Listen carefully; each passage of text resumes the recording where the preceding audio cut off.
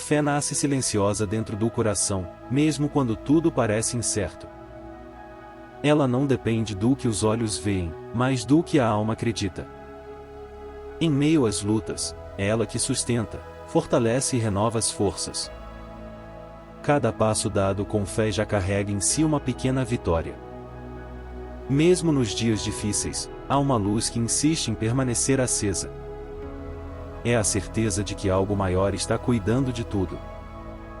A vitória começa dentro de quem decide confiar, antes mesmo de acontecer. Porque quem vive pela fé, já venceu por dentro antes de vencer por fora.